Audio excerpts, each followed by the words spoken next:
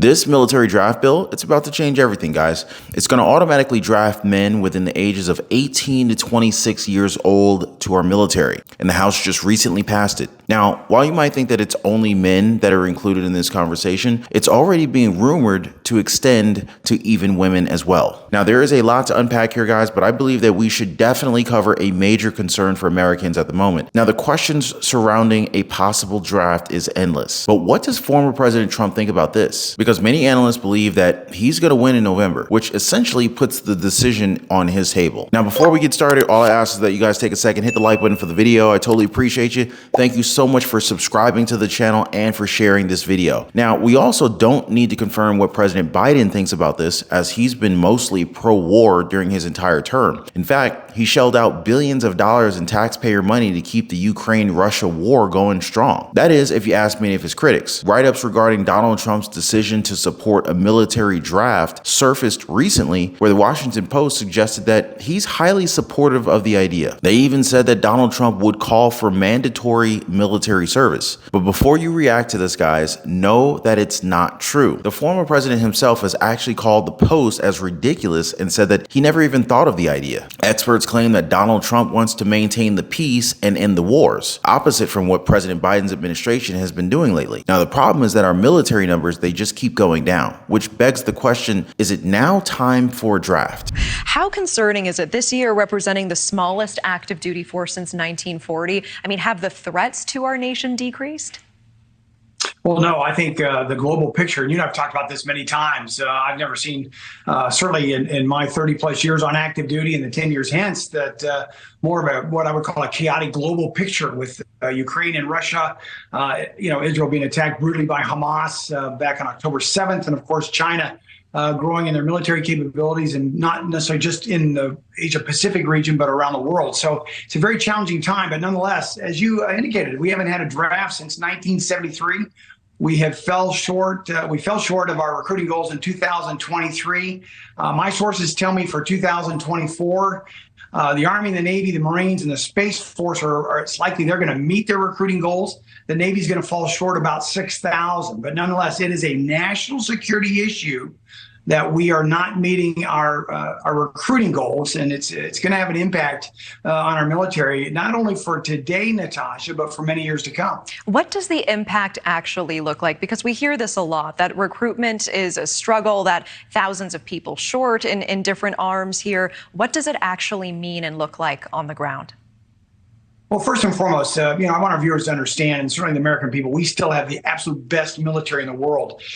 We have certainly very capable technology and weapon systems and so forth. But Natasha, what makes our military great and far better than any other military in the world is our men and women, all volunteers. So our military is starting to get smaller and smaller as we see our federal government support multiple conflicts around the world. That's not a great formula to have, especially as we're seeing threats right here in American soil. Right now, we have approximately 1.3 million active duty men and women serving in our military right now. Now, besides them, we have around 700,000 in our National Guard and Reserve forces. That's not even 1% of our country's population. So it's kind of understandable as to why many are worried about our numbers. But let's discuss this measure that the House of Representatives just passed. So it's part of the annual NDAA, or the National Defense Authorization Act. This plots out the government's military and national security priorities over the next fiscal year. This year's NDAA will give way to $895.2 billion in military spending, jumping up by $9 billion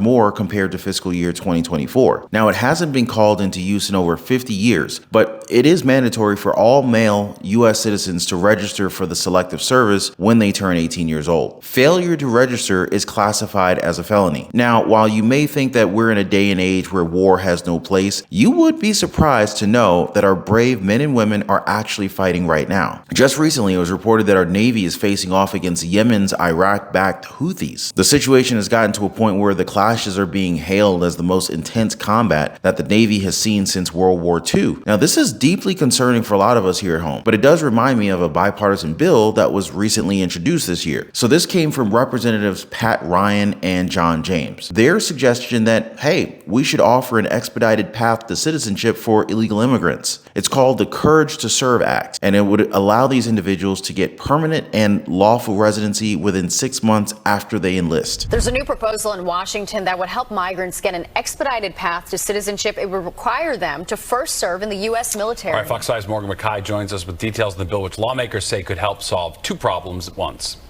There is no higher honor than serving your country in uniform. And that honor could be extended to migrants under a new bill introduced by Hudson Valley Congressman Pat Ryan. Called the Courage to Serve Act, this bill would offer qualified and vetted migrants an expedited path to citizenship if they serve in the military. According to Ryan, last year the military services collectively missed recruiting goals by roughly 41,000 recruits, leaving some crucial positions unfilled. If there are folks with the courage to raise their right hand, take an oath to protect and defend our Constitution, and put their lives on the line for this country, then they sure as hell deserve the opportunity to be citizens in the United States of America. Staten Island Congresswoman Nicole Malliotakis argued that the Senate bill did not go far enough when it comes to securing the border, and said there is more President Joe Biden can do in the interim. He can end catch and release. He can adjust the asylum. He can end the parole program that he started. And he can actually shut down the border. He can shut it down. Now, these people have been properly vetted because they don't want to endanger Americans here at home by providing military equipment and weapons to just any old body. Now, before I go any further into the NDAA, I just want to kind of briefly remind you guys of a possible danger with this idea. Now, just recently, 8 suspected terrorists from Tajikistan, they were arrested for their apparent links to ISIS. These men were initially vetted and released into the United States. Now, this is just one of the bigger concerns when it comes to what this bill could possibly do. All right, so getting back to the NDAA that the House passed, it's certain that the Senate is not even touching this one. Senate Majority Leader Chuck Schumer, he criticized the bill and said that it's loaded with quote unquote anti-LGBTQ, anti-choice, anti-environment, and other divisive amendments. We should expect this back and forth between the House and the Senate for a few months or so, but it's absolutely sure that this bill will pass. The question as to which provisions will be in the final draft, that's still up for debate. And there's something that's now being discussed amidst all this talk. The selective service or draft has been mainly for military-aged men, but just recently, the U.S. House Armed Services Committee voted to expand the draft to include women. So the idea, according to Democratic Representative Chrissy Hollon, is that the old ways discriminated based on gender. In short, they're trying to go by the narrative that men and women should be treated equally, even if it means them going into a war. They were encouraged to sign up before, but the idea is that these people are pushing to require women to sign up. So what do you guys think about that? And do any of you guys support a draft? Now, I did a previous video where I discussed that former President Donald Trump might be the only guy keeping us from another world war. Make sure you guys check that video out. There's a link in the description down below of this video. I'll also try to leave a pinned comment or a end screen here so you can see that video. Well, anyway, I appreciate you guys. Thanks for your time. Thanks for liking this video. Thank you for subscribing and sharing it, and I'll see you on the next one.